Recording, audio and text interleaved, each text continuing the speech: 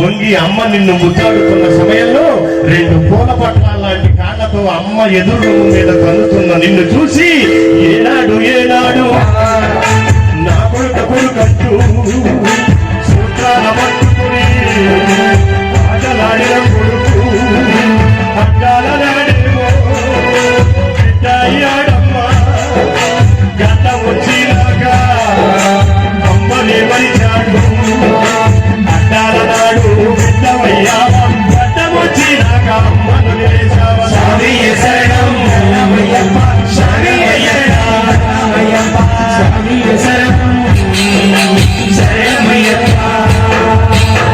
ఊరికొక రామ మందిరం, ఊరికొక అమ్మవారి గుడి, పెద్ద ఊరైతే కులానికి ఒక రామాలయం. ఈ రామాలయాలు, రామ మందిరాలు, గీతా మందిరాలు చూసి తొడలు కొట్టుకోవాలో హిందూ ధర్మంలో కేవలం బిడ్డలు వదిలేసిన తల్లిదండ్రుల కోసం ఊరు బయట కట్టిన అనాథ శరణాలయాలను చూసి సిగ్గుపడాలో తెలియని స్థితిలో ఉన్నాం ఈ రోజు మనం. ఒరే అన్నయ్య, నాకు అమెరికాలో సీట్ వచ్చింది కొడుక్కి, నేను అక్కడికి వెళ్ళి బెంగళూరులో చదివించాలి, అమ్మ నువ్వు తీసుకెళ్ళరావు అక్కడ ఎలా అంటాడు పెద్దోడు. ఏదైనా అన్నవరం వెళ్ళి నోవు నోసుకోవడానికి నెల రోజుల నాడే రిజర్వేషన్ చేసుకున్నావు, మీ వదిన ఒప్పుకోదు నాయన, నేను ఒప్పుకున్నా, ఎట్టకొట్ట వంతు నీదే గనక నీ తిప్ప నువ్వు పడరా అంటాడు చిన్నోడు.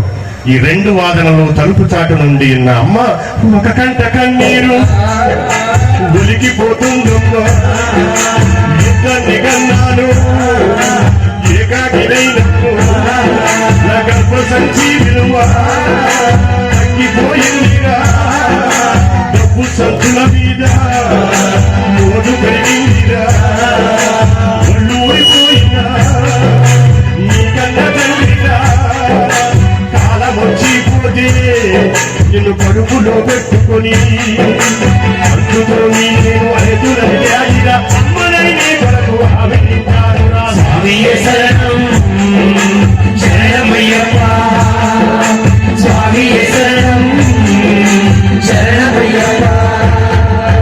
వాడొక నెలయంటూ వీడొక నెలయంటూ అమ్మను నాన్నను వద్దు లేచుకుంటూ నెల నెల పంచుకొని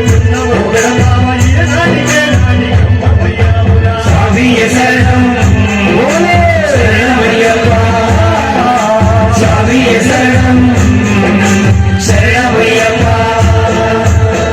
ఈ కొడుకునంటే కోపం వస్తుందేమో, ఆ కొడుకునంటే కొడుకు పడుతుందేమో, రెండు కొడుకుల్ని కని రెండు కళ్ళల్లో పెట్టుకున్న నేను వీరి కొరకాని ఇంత కష్టపడ్డాను అని ఎవరితో గట్టిగా మాట్లాడితే కోపం వస్తుందో అనుకుని అనాథ శరణాలలో ఉండి అంగలారుస్తున్న తల్లులు తెలుసు నాకెంతో మంది. ఇది వరకు రోజుల్లో ఈ శరణాలయాలు లేవు. మధ్యాహ్నం చెప్పాను, ఇది వరకు రోజుల్లో ఈ ఆర్తి లేదు, ఈ రకమైన విపరీత ధోరణులు లేవు. ఇల్లాలు లేవంగానే పొద్దున్నే చేసే మొదటి పని ఈనల చేతిని తీసుకుని ఈ చేత్తో పట్టుకుని ఈ అరిచేతిలో గుడ్డేది. అప్పుడు నరనాడుల్లో నుంచి 64,000 నాడీ మండల వ్యవస్థ చైతన్యపడేది. నేను ప్రాణంతో ఉన్నాను, ఓపికతో ఉన్నానని వంగి ఇల్లుడుస్తూ మొదలుపెట్టి 10 సెంటు తొట్టిని ఊడ్చేటప్పటికి ఎన్నుకోసం వంగి నీ L5 అనబడే రెండు ఆ జాయింట్లు రెండు సాగేయి. ఈనాటికి ఇద్దరైతే నాటికి ముగ్గురు అయ్యే బిడ్డలు కలిగటానికి తల్లి అయ్యేదానికి.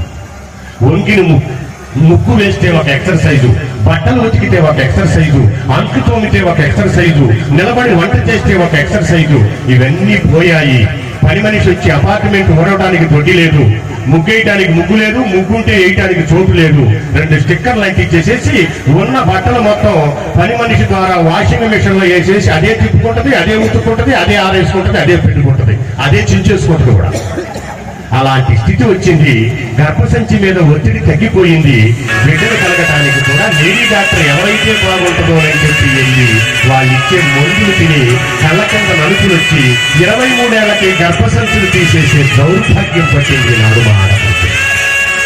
అత్తగారి చీర ఆదరంగా ఉడికి, మామగారి పంచ ముడతగా ఉడికి, ఈనాటి కోడలే రేపత్తాయేనమ్మా, నువ్వు చేసిన పనినే నీ కోడలు చేసేదో.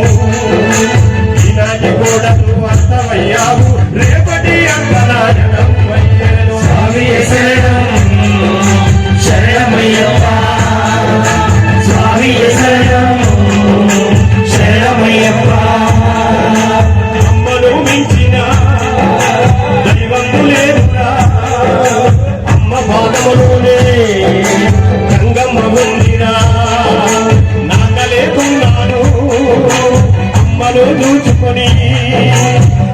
నిన్ను నాదను